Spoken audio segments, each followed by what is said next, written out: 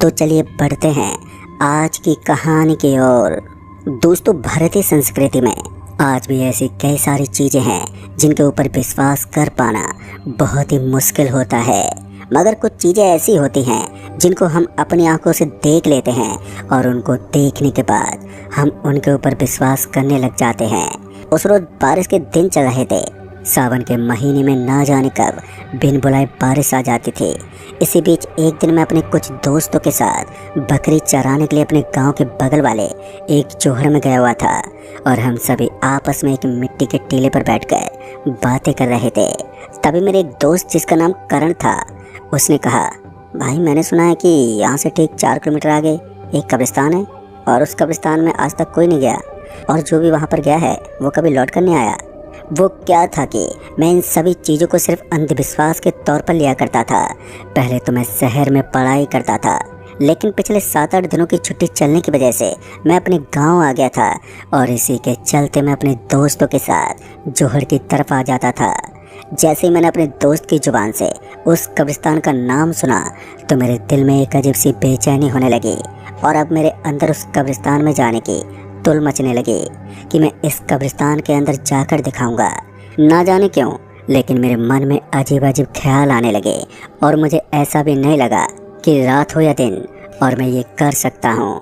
मेरी बातों को सुनने के बाद मेरे दोस्तों ने मेरी तरफ घूर कर देखना शुरू कर दिया और उसके बाद बड़ी ही धीमी आवाज़ में बोले, भाई देखो, ऐसे किसी के बहकावे में नहीं आना चाहिए। ना जाने हमारे साथ कब क्या हो जाए। उस जगह पर जाने के बारे में अपने मन में ख्याल भी मत लाना, वरना हम तुम्हारे घर वालों को बता देंगे। दोस्तों की बात सुनकर मैं थोड़ा चुप हो गया, लेकिन मैं इस बात को जानता था कि उन सभी के मन में इस चीज़ के प्रति कितना डर बैठा हुआ था। मैंने अपने अध्यापकों से सुना था कि कब्रिस्तान जैसी चीज़ों पर किसी भूत प्रेत का कोई भी साया नहीं होता, ये सब बस अफवाह होती है। इसलिए मुझे भी भूत प्रेत जैसी चीज़ों से कोई ज़्यादा डर नहीं लग रहा था और मैं काफ़ी नॉर्मल महसूस कर रहा था।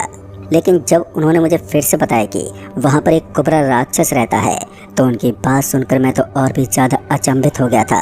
मैंने भूत प्रेत डायन उनके बारे में तो काफ़ी सुना था, लेकिन कुबरा राक्षस के बारे में पहली बार सुन रहा था। उसके बाद मेरे दोस्तों ने आगे मुझे बताते हुए कहा, वो एक ऐसा राक्षस होता है जिसके सर पर बाल नहीं होते, वो बेहद ही गंजा होता है और उसकी आंखें बड़ी बड़ी और बहुत ही डरावनी होती है। इसके अलावा उन्होंने मुझे कुछ भी नहीं बताया था, लेकिन उनकी बातों को सुनकर मुझे अभी भी उनकी बातों पर कुछ ज़्यादा विश्वास नहीं हो रहा था। इसलिए मैं उनकी बातों को नज़रअंदाज करता हुआ वहाँ से निकल गया। लेकिन ये बातें अब मेरे दिल में चुभने लगी थी और मुझे ऐसा लगने लगा था जैसे कि इन्होंने शिक्षा का तो जैसे मजाक ही उड़ा दिया था। और अब मैंने ठान लिया था कि किसी भी हालत में मैं उस जगह का वीडियो बनाकर इन सभी के सामने शेयर कर दूंगा। और अब ये बात मेरे दिमाग में इस कदर बैठ गई थी कि इसके लिए मैं किसी भी हद तक जाने को तैयार हो सकता हूँ। उसके बाद मैंने ऐसा ही किया। मैं दूसरे दिन वहाँ पर जाने के लिए तैयार हो गया था, लेकिन उस दिन किसी वजह से मैं वहाँ पर ना जा पाया। लेकिन अगले दिन मुझे ऐसा इत्तेफाक हुआ जिसके बारे में मैंने कभी सोचा तक नहीं था। उसके बाद कुछ ऐसा हुआ जिसके जानने के बाद शायद आप भी बुरी तरह से कांप सकते हैं। दोस्तों, उस दिन मुझे इस बारे में बिल्कुल भी मालूम नहीं था कि आज की रात अमावस्या की रात होने वाली थी। दोस्तों, कहते हैं कि इत्तेफाक एक ऐसी चीज़ होती है जो इंसान को कभी भी किसी भी खतरे में धकेल सकती है। जिस चीज़ के बारे में मुझे बिल्कुल भी अंदाज़ा नहीं था, आज वो मेरे साथ होने वाला था। उन दिनों मेरे पास मेरी एक साइकिल थी, तो मैं अपनी साइकिल लेकर शाम के करीब 7 बजे के आसपास अपने घर से निकल गया था। मैंने घर वालों को बता दिया था कि मैं अपने किसी दोस्त के घर पर पढ़ाई करने के लिए जा रहा हूँ, लेकिन मेरी बातों को सुनकर मेरे घर वालों को थोड़ा तो अजीब लग रहा था। लेकिन उसके बाद उन्होंने मेरे ऊपर ज़्यादा ध्यान नहीं दिया और उन्होंने मुझे जाने के लिए बोल दिया। फिर मैं साइकिल लेकर निकल गया था। मुझे जिस एड्रेस के बारे में पता था मैं बस उसी की तरफ चलता जा रहा था। मैं अपनी साइकिल लेकर निकला था, तब मेरी साइकिल का टायर भी कुछ ठीक हालत में नहीं था, लेकिन फिर भी मैं इस चीज़ को नज़रअंदाज करके लगातार चलता ही जा रहा था। फिर कुछ दूर जाने के बाद मैं एक जंगली रास्ते की तरफ आ गया, पर पता नहीं क्यों, लेकिन उस रास्ते पर आने के बाद मुझे थोड़ा अजीब लग रहा था। मुझे ऐसा लग रहा था जैसे कि मैं किसी एक ऐसी जगह पर आ गया हूँ जहाँ पर मुझे नहीं आना चाहिए था और मुझे अजीब सी घबराहट होने लगी थी। लेकिन फिर भी मैं आगे की तरफ बढ़ता रहा। फिर कुछ दूर और आगे जाने के बाद मैं उसी जगह पर पहुंच गया जहां पर मुझे रुकना था और वहां पर मुझे वीडियो बनाना था।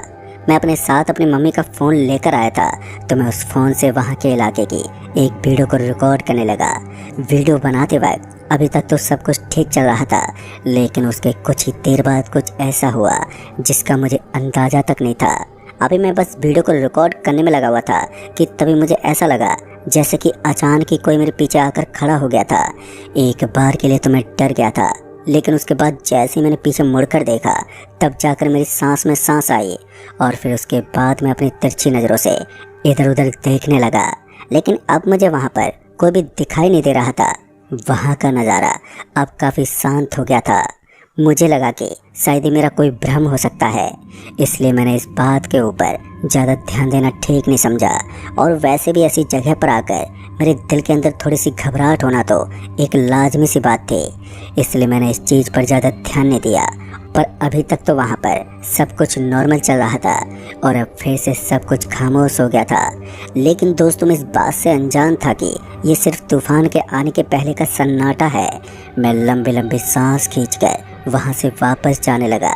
मैंने अपना काम कर लिया था, यानी कि मैंने वीडियो रिकॉर्ड कर लिया था और बस अपनी बहादुर के चर्चे सुनने के लिए मैं बेताब होता जा रहा था। मगर अब की बार मैं जैसे अपनी साइकिल के पास आया तो मैंने देखा कि मेरी साइकिल की हालत बहुत ही बुरी तरह से ख़राब हो गई थी। मेरी साइकिल अब टूट चुकी थी और उसकी हालत देखकर मैं बहुत ही बुरी तरह से कांप गया था। मुझे समझ में नहीं आ रहा था कि साइकिल को इस तरह कौन तोड़ सकता था। उसके बाद मैंने साइकिल के आजू बाजू में किसी के निशान देखने की कोशिश की, लेकिन हैरान की बात तो ये थी कि वहाँ पर कोई भी निशान ही नहीं थे। सच में उस समय मैं काफ़ी ज़्यादा डर गया था और उसके बाद मैंने अपनी साइकिल को वहीं पर छोड़ दिया और अपनी जान बचाने के लिए पैदल ही पैदल वहाँ से निकलने लगा। मेरे मन में अभी भी काफ़ी सवाल घूम रहे थे, लेकिन उनका जवाब किसी के पास नहीं था। अभी मैं रास्ते की तरफ बढ़ रहा था कि तभी ना जाने क्यों मुझे ऐसा लगा जैसे कि मेरे कान के पास कोई एकदम हल्के हल्के स्वर में फुसफुसाता जा रहा है, लेकिन मैं उसकी भाषा को समझ नहीं पा रहा हूँ। मेरा पूरा शरीर अब डर की वजह से एकदम सुन्न पड़ने लगा था। मेरी सांसें अब धीरे धीरे ऊपर नीचे होने लगी थी। फिर उसके बाद मैं एक बार के लिए पीछे मुड़ गया और इस बार मैं जैसे पीछे मुड़ा तो मेरे पैरों तले ज़मीन खिसक गई। तभी मैंने देखा कि एक बेहद ही हट्टा कट्टा आदमी मेरे पीछे खड़ा था और देखने में वो बहुत ही अजीब सा लग रहा था। उसके हाथ में कुछ था जिसे देखकर ऐसा लग रहा था जैसे कि वो कोई किसान हो। उसके सर पर बाल नहीं थे, उसकी आंखें अंदर की तरफ धंसी हुई थी और उसके हाथों के नाखून भी अब धीरे धीरे अपने आप ही बदलने लगे थे और ऐसा लग रहा था जैसे कि अब ये पूरा का पूरा बदल जाएगा। ये कोई नॉर्मल इंसान तो नहीं है। इस वक्त मैं इतनी बुरी तरह से डर गया था कि मैं खुद को संभाल ही नहीं पा रहा था। उसके बाद मौका देखते ही मैंने तुरंत ही वहाँ से सरपट भागना शुरू कर दिया। मैं जानता था कि ये वही शैतान था जिसके बारे में मेरे दोस्त बातचीत कर रहे थे और ये कभी मुझे ख़त्म कर सकता था, इसलिए मैं धूम दबाकर वहाँ से भागने लगा। अब मैं जंगली रास्ते में आ गया था। उस जंगली रास्ते के आजू बाजू में काफ़ी सारे लंबे लंबे पेड़ पौधे थे जिनके नीचे आराम से मैं छुप सकता था। लगातार भागते भागते अब मेरी सांसें भी फूलने लगी थी और अब मैं ज़्यादा देर तक भाग नहीं सकता था, इसलिए मुझे अब आराम करने की बहुत ही ज़्यादा ज़रूरत होने लगी थी। जब मुझे ये लगा कि अब ज़्यादा देर तक मैं नहीं दौड़ सकता तो मैंने अपने घुटने टेक दिए और उसके बाद मैं वहीं एक पेड़ के नीचे रुक गया। मैं जानता था कि अब मेरे लिए भाग पाना काफ़ी मुश्किल हो गया था। ऊपर से वो रास्ता भी काफ़ी लंबा था और मेरी साइकिल भी टूट चुकी थी। ऐसी हालत में मुझे किसी भी तरह छुप कर ही रहना होगा। मेरे पास मोबाइल फ़ोन था तो उसकी मदद से मैं अपने घर वालों को बुला सकता था। मुझे डर लग रहा था कि मेरे घर वाले ना जाने मुझे कितनी डांटें सुनाएंगे, लेकिन मुझे अपनी जान बचाने के लिए ऐसा करना ही था।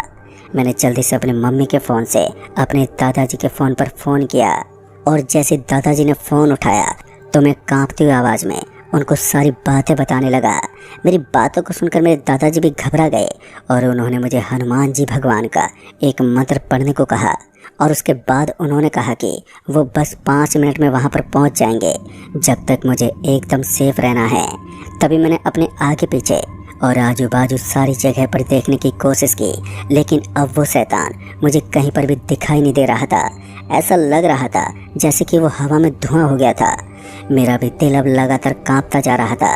मगर उसके बाद मुझे एक बाइक के हॉर्न की आवाज़ सुनाई दी और ये आवाज़ सुनते ही मेरी सांस में सांस आई।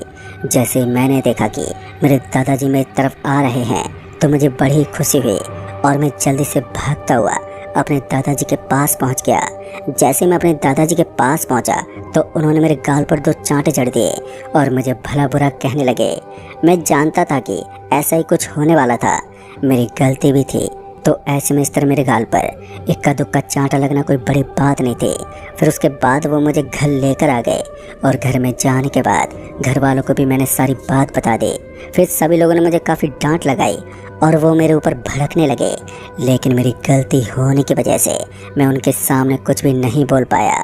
उसके बाद मेरे दादाजी ने बताया कि 3 साल पहले वहाँ पर एक आदमी लकड़ी काटता था। एक दिन ना जाने क्यों उस आदमी की कैसे भी करके मौत हो गई और उस दिन के बाद से उस आदमी की आत्मा वहीं पर भटकती है। वो आदमी देखने में काफ़ी हट्टा कट्टा था और उस दिन के बाद से उस आदमी ने उस जगह पर कब्जा बना रखा है और उसके डर की वजह से वहाँ पर कोई भी नहीं जाता। रात में वहाँ पर जो भी जाता है वह अपनी मौत के साथ खेलता है। लेकिन दोस्तों, उस दिन के बाद मैं कभी भी उस जंगल के इलाके में जाने की हिम्मत नहीं कर पाया, क्योंकि अब उनके प्रति मेरे अंदर भी बहुत ज़्यादा दहशत बैठ गई थी। तो दोस्तों, इस कहानी में बस इतना ही। कहानी आपको पसंद आई हो तो वीडियो को लाइक शेयर ज़रूर कर दें और साथ ही हमें नीचे कमेंट बॉक्स में ज़रूर बताएं। तो मैं आपका दोस्त राजकुमार जल्द ही मिलूँगा ऐसे एक और नई कहानी के साथ। तब तक के लिए बाय एंड टेक केयर।